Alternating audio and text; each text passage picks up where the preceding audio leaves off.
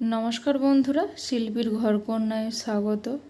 আজকে আমি তোমাদেরকে দেখাবো পটল মিষ্টি। শুনে খুব অবাক হলেন তো? পটল দিয়েও মিষ্টি বানানো যায়? তাই দেখে নিন আমি কিভাবে মিষ্টিটা বানাই। এখানে আমি পটলের ছাল ছাড়িয়ে নেব।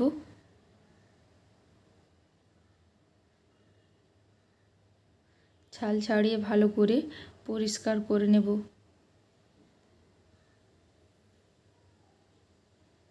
আপনারা চাইলে বঁটির মাধ্যমেও ছালগুলো তুলে নিতে পারো। আমি এখানে চাকু দিয়ে ছালগুলো তুলে নিচ্ছি।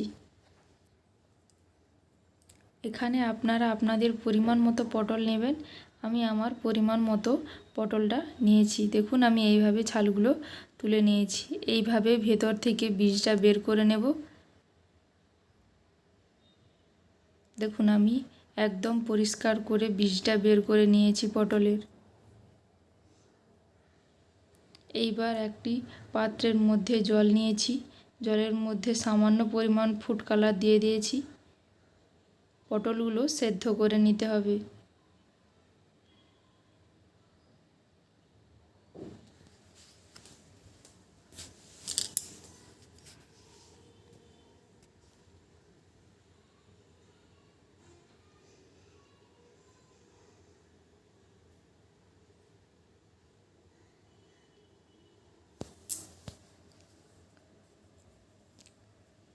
পটলগুলোকে খুব ভালো করে সেদ্ধ করে নিতে হবে এবং ভেতরে এই ফুড কালারের রঙটা প্রবেশ করে যাবে।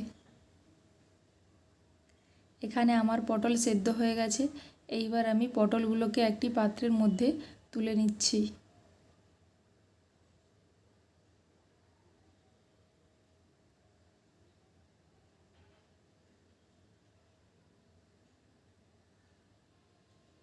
এইবার আমি পরিমাণ মতো চিনি দিয়ে দেবো। এখানে আমি 5 চামচ চিনি দিয়েছি।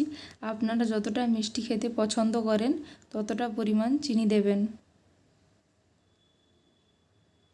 চিনির শিরার মধ্যে এইবার পটলগুলোকে দিয়ে দেব।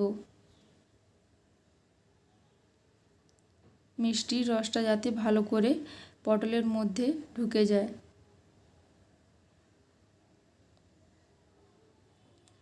চিনির শিরাটা শুকিয়ে গেছে এবং পটলও খুব সুন্দরভাবে মিষ্টিটা চলে গেছে, তাই আমি এবারে তুলে নিচ্ছি।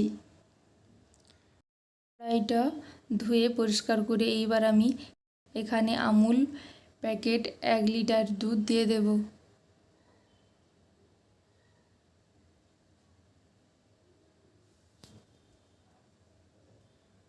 2 থেকে 3টি এলাচ দানা দিয়ে দেব। ভালো করে ক্ষীরটা বানিয়ে নিতে হবে।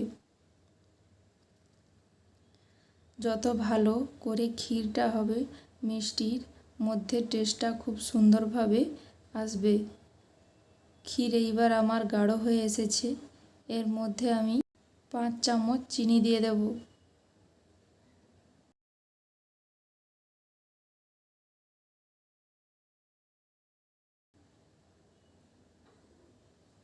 আপনারা যতটা মিষ্টি পছন্দ করবেন সেই পরিমাণ মতো চিনিটা দেবেন।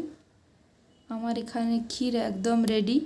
এইবার আমি কাজু, কিশমিশ এবং আলমন্ড বাদাম, পেস্তা বাদামের কুচি করে রেখেছিলাম ক্ষীরের মধ্যে দিয়ে দিলাম।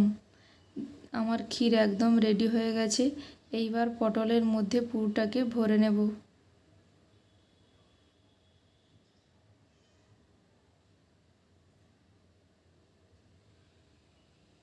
আমি এইভাবে সব ক্ষীরগুলোকে পটলের মধ্যে ভরে নিচ্ছি।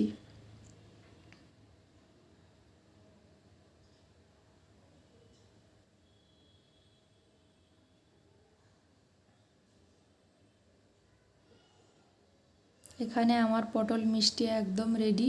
ওপর থেকে কাজু কিশমিশ ছড়িয়ে দিয়েছি দেখার সৌন্দর্যের জন্য। দেখুন আমার মিষ্টিটা দেখতেও সুন্দর লেগেছে এবং খেতেও খুব সুস্বাদু। আপনারা প্লিজ একবার বাড়িতে ট্রাই করুন এবং আমাকে কমেন্ট করে জানাবেন আমার রেসিপিটা কেমন লাগলো। আমার চ্যানেলে নতুন বন্ধু হয়ে থাকলে প্লিজ আমার চ্যানেলটিকে সাবস্ক্রাইব করে দেবেন এবং পাশে থাকা বেল আইকনটি